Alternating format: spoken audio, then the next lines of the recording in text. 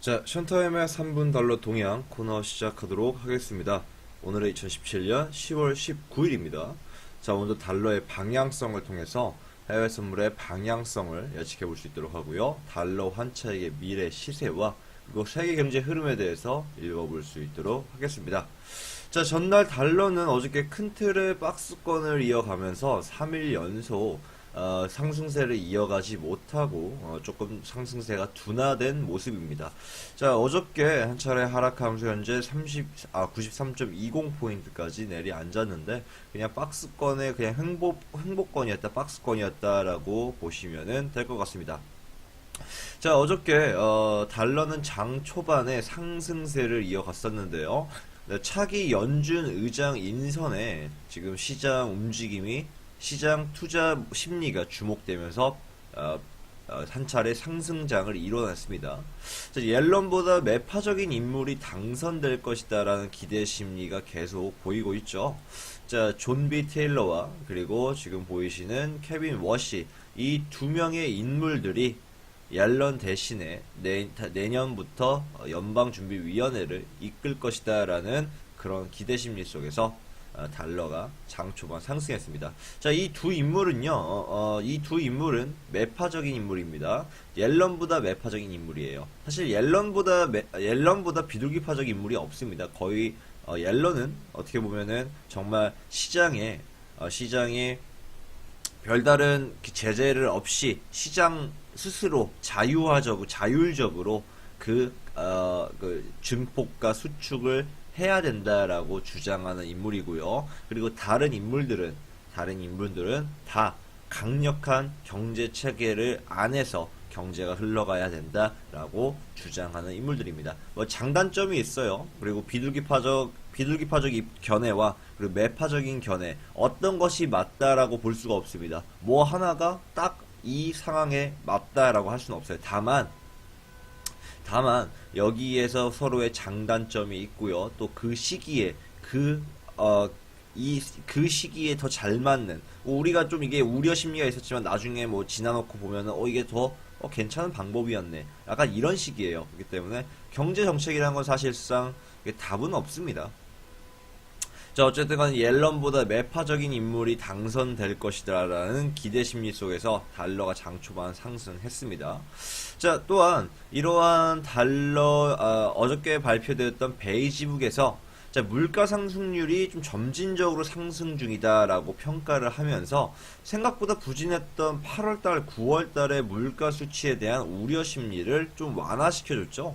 자, 그러면서 12월달에 대한 금리 인상에 대한 부분들을 더욱 확신시키는 모습이었습니다. 자, 12월달에 옐런이 8월달에 9월달에 진행되었던 FOMC 성명에서도 예고했다시피 12월달에 금리가 인상될 가능성이 점차 늘어가고 있습니다. 자, 어쨌든 이번 12월달에 금리 인상이 되고 나서 더 중요한 거는 내년 2018년도의 금리 인상 상승 속도겠지만 결국 또 지금 당장 당면에 있는 숙제는요, 또 12월달에 금리가 인상되느냐 마느냐이기 때문에 이것 또한 중요하게 바라봐야 됩니다.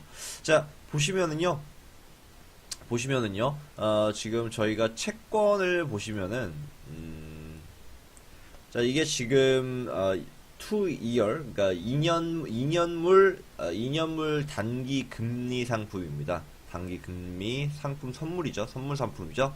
자, 미국의 단기 채권이 계속 지속적으로 하락세를 유지하고 있는 모습입니다. 자, 어디까지나 미국의 달러가 강세를 보이고 있고, 또한 매파적인 인물이 당선될 것이다라는 기대 심리 속에서 자, 금리가 계속 단기 금리가 지속적으로 상승하고 있는 것을 의미하고 있죠. 자, 가격은 떨어지는데 금리는 올라간다. 좀 이게 이해가 안 될 분들도 계실 것 같아요. 하지만 채권은요, 가격과 그리고 수익률은 서로 반대가 됩니다. 다시 말해서 국채 가격이 하락하면은 금리는 그만큼 상승했다라고 보시면 될 것 같아요. 가격과 금리는, 수익률은 서로 상반된 움직임을 보인다. 그래서 이렇게 국채가 꾸준히 하락하고 있다는 것은 결국에 뭘 의미하고 있냐? 바로 시장 참여자들이 그 12월 달에 금리가 인상될 것이다라고 예고를 하고 있고, 또 옐런 이후에 차기 연준 의장 인선에서 매파적인 인물이 당선될 것이다라고 지금 시장이 분석하고 있다라는 것을 단편적으로 보여주고 있는 사례입니다. 이게 뭐 채권도요, 알아두고 또 계속 관찰하면은요, 달러의 움직임을 알 수 있는데 상당히 큰 도움을 줍니다. 그러니까 여러분, 다음에 또 제가 채권에 관련돼서 또 강의해 드릴 테니까 그거 보시고 또 따라오시면 될 것 같습니다. 자, 어저께 발표되었던 수치들이, 자, 전날 지표들 좀 볼게요. 전날 지표들. 어제 16일, 18일이었죠. 어제 18일. 자, 어제 18일에 보시면은 주택 착공 건수가 예상보다는 좀 부진한 수치를 보였습니다. 자, 전달에 3.4%인 거에 비해서 이번 달에 마이너스 4.5%를 기록을 했고요. 또한 주택 착공 건수가 마이너스 0.2%에서 4.7%로 늘어나면서 상당히 주택 시장이 좀 둔화되고 있는 모습을 보였습니다. 자, 하지만 이러한 요인은 어디까지나 허리케인으로 인한 피해가 반영된 거라고 판단할 수가 있고요. 자, 오히려 어저께 발표되었던 어저께 새벽, 보시죠. 어저께 새벽 3시에 발간되었던 베이지북을 토대로 봤을 때, 오히려 이 베이지북에서 허리케인으로 인한 피해는 있지만 오히려 빠른 복구가 보이고 있고요. 복구 과정에서 그 수요가 증가하고 있기 때문에 경제가 다시 빠른 시일 안에 원만해질 것이다 라고 예고가 되고 있습니다. 자, 베이지북은 제가 어저께도 말씀드렸지만은 일단 뭐 두산 백과 경제 백과사전에서 이렇게 얘기를 하고 있습니다. 미국의 중앙은행인 연방준비제도 이사회에서 발표하는 미국의 경제 동향 종합보고서다. 1년에 8차례 발표가 되고요. 12개 산하 연방준비위원회 기업인들이 발표를 합니다.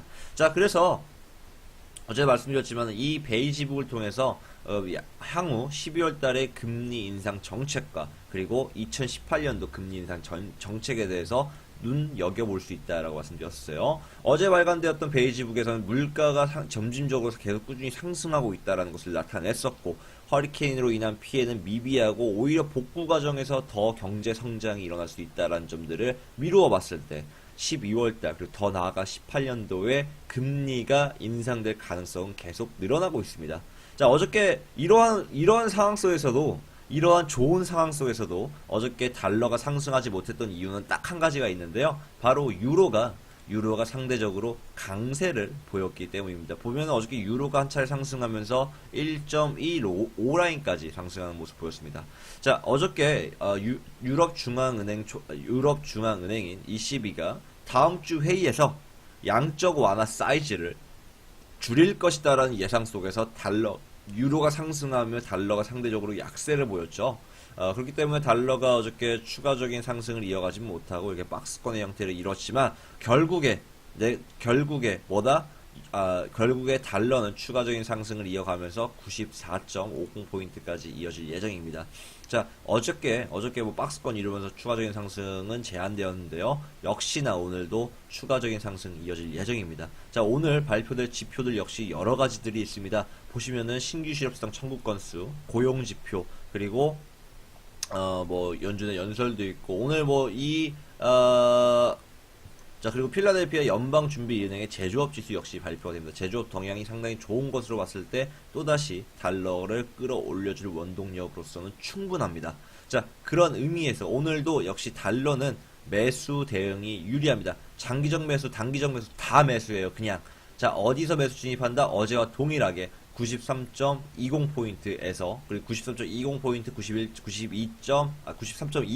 93.2010포인트에서 적극적인 매수 대응하시면 될 것 같습니다. 자, 오늘 달러가 상승하는 모습 속에서 유로가 한 차례 유로금이 한 차례 하락을 이어갈 수 있다는 점 기억하시고요. 자, 상대적으로 유로는 더 시장 포커스에서 더욱 자세하게 잡아드리겠지만, 유로는 한 차례 달러 움직임과 무관한 움직임을 보일 가능성 높습니다만, 전반적인 달러 상승으로 인한 유로의 하방 압력은 존재할 것으로 예상이 됩니다. 자, 달러의 적정 매수 시점은 현재 시점 93.20 그리고 93.10포인트에서 진입하시면 됩니다. 자, 오늘의 3분 달러 동향은 여기까지.